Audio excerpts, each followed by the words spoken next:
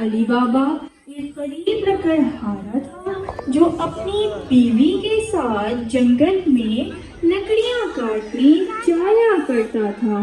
ایک دن علی بابا لکڑیاں کاٹ رہا تھا کہ اچانک سے اسے جنگل میں کچھ لوگوں کے آنے کی آواز سنائی دی۔ علی بابا نے جلدی سے اپنا سامان اٹھایا اور ایک درخت کے پیچھے چھپ کر دیکھنے لگا۔ تھوڑی ہی دیر میں کچھ کے پاس پہنچا اور اس نے کہا، کھل جا سم سم۔ پتھر ایک دروازے کی طرح کھل گیا۔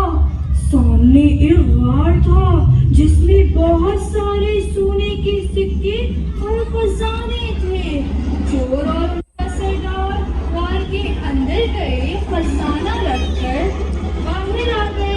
باہر آ کر بھی وہی الفاظ دہرائے، بند ہو جا سم سم۔ تو وہ دروازہ بند ہو گیا۔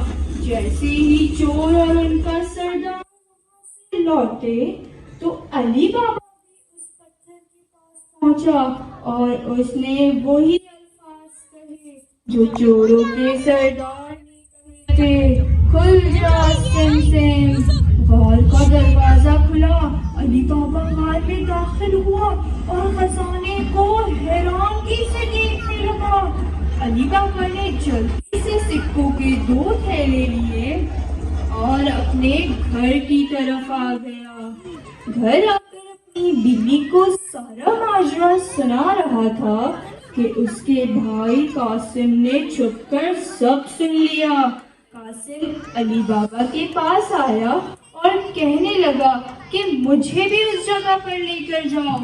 علی بابا قاسم کو غار کی طرف لے آیا اور قاسم کو وہی الفاظ بتائے جو چوروں کے سردار نے کہے تھے، کھل جا سم سم۔ قاسم اندر داخل ہوا، بہت سارا سونا اور خزانے کو حیرانگی سے دیکھنے لگا۔ اس نے سونے کے سکے لیے اور دروازہ کھولنے کے لیے مختلف الفاظ وہاں آ گیا۔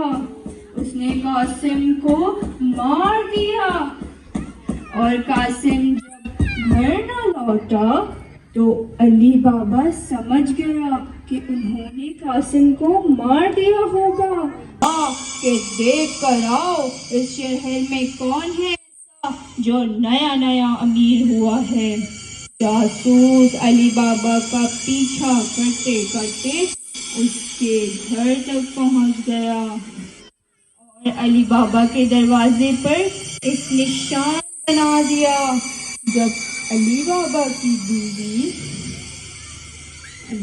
کی بیوی نے وہ نشان دیکھا تو وہ سمجھ گئی کوئی خطرہ آنے والا ہے۔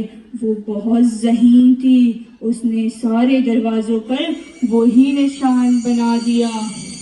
اگلے دن چور علی بابا کا گھر ڈھونڈتے ہوئے آئے تو انہیں علی بابا کا گھر نہ ملا، لیکن چوروں کا سردار بہت ضدی تھا۔ اس نے دوسرے دن پھر علی بابا کا پیچھا کرنا شروع کر دیا اور علی بابا کے گھر کی طرف روانہ ہو گیا۔ وہ علی بابا سے ملا اور اس نے کہا کہ میں ایک اناج بیچنے کرنا چاہتا ہوں، اور وہ منصوبہ بنا لیتا ہے علی بابا کو مارنے کا۔ اگلے دن وہ اپنے ساتھیوں کو اناج کی بوریوں میں چھپا کر علی بابا کے گھر لے آتا ہے۔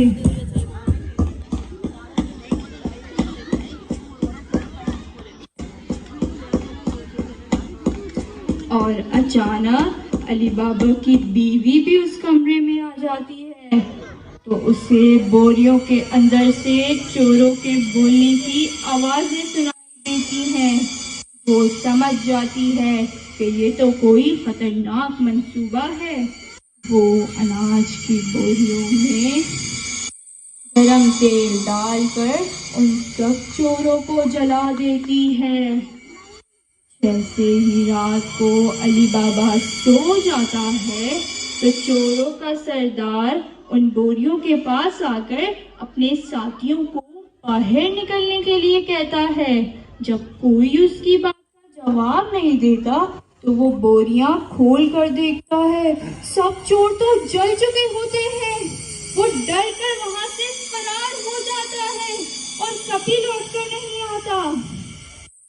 اس کے بعد علی بابا کی بیوی علی بابا کو سارا ماجرا سناتی ہے اور علی بابا اس کی بیوی ہنسی خوشی اپنی زندگی